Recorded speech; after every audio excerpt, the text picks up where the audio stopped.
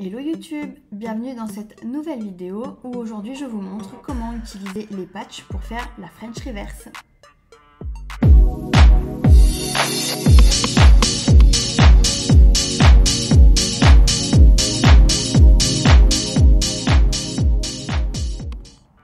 Et qui dit patch dit Pop-It, donc on va utiliser les Pop-It Coffin C-Curve Plus de chez Eliamage. Donc ce sont des Pop-It avec un C-Curve bien prononcé comme vous pouvez le voir à l'image. Donc c'est vraiment une forme amande moderne, voire même presque amande russe. Et je vais utiliser des patchs que j'ai chopés sur AliExpress pour 3 fois rien. On va utiliser également le nouveau gel, donc le Glitter Pink, toujours de chez Eliamage. Je vais prendre également le Creamy Gel White Lucide, donc c'est un blanc laiteux assez transparent. Vous allez avoir besoin également d'un gel clear, donc moi j'ai choisi le Smoothie. Bien entendu votre finition, qui va vous servir dans un premier temps à venir fixer votre patch à l'intérieur de votre capsule. Donc moi j'en mets bien partout et une fois que j'ai mis dans une couche assez épaisse mais pas trop non plus, vous allez venir positionner votre patch à l'intérieur de votre Pop-It. Donc c'est très important de le mettre sans bulle d'air, puisque si vous avez des bulles d'air, vous risquez de glisser du gel dans la bulle d'air et vous n'aurez plus cet effet de French Reverse. Donc faites bien attention d'évacuer toutes les bulles d'air pour avoir un travail très propre. Une fois que c'est terminé, assurez-vous également que le patch soit bien symétrique des deux côtés. Faites bien attention que votre sourire soit identique de chaque côté, qu'il se termine bien au même endroit. Une fois que c'est fait, vous allez catalyser 60 secondes et vous viendrez par la suite remplir votre French avec le gel clear. Donc vous mettez jusqu'à la longueur que vous souhaitez et vous faites bien attention à ne pas recouvrir le patch, c'est très important.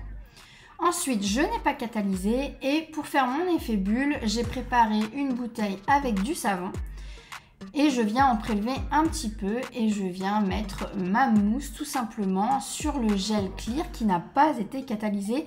Je reprécise encore une fois. Il faut positionner la mousse sur le gel qui n'est pas encore catalysé. C'est très important.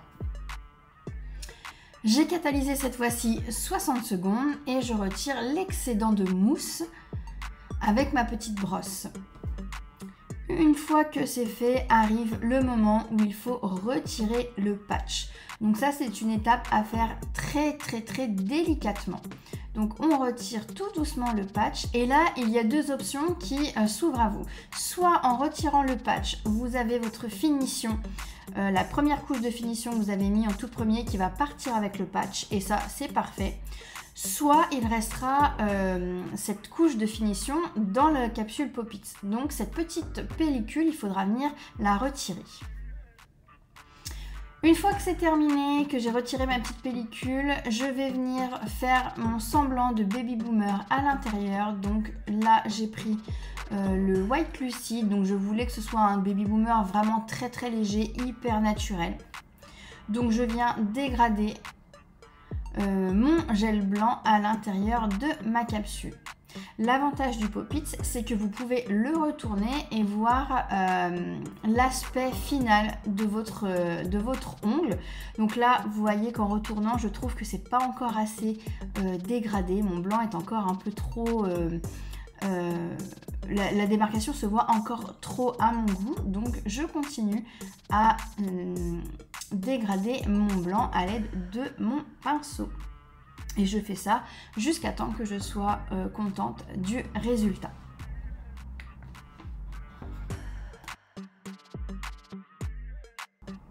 Donc là, je suis contente de mon dégradé. Je vais le mettre à catalyser 60 secondes.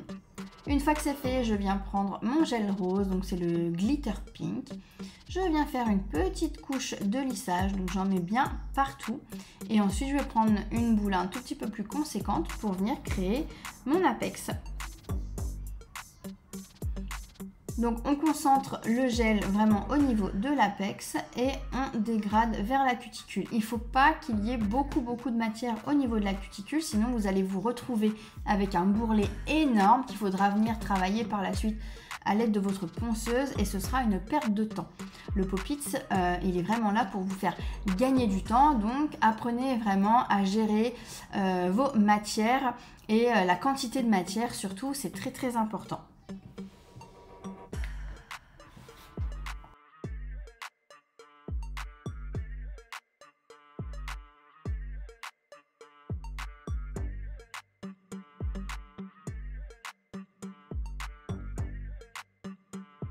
Je peaufine légèrement à l'aide de mon pinceau liner et je mets en cuisson 60 secondes sous ma lampe LED.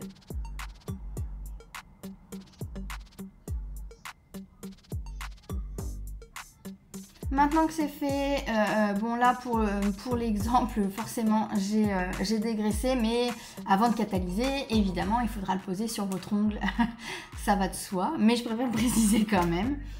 Et on arrive au moment où je vais décapsuler mon ongle et c'est le moment le plus satisfaisant.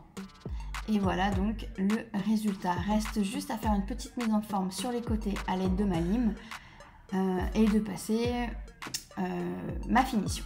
Donc pour passer ma finition, je vais juste venir matifier l'ongle puisque lorsque vous retirez votre Pop-It, la couche collante n'y est pas puisqu'elle est par le dessous.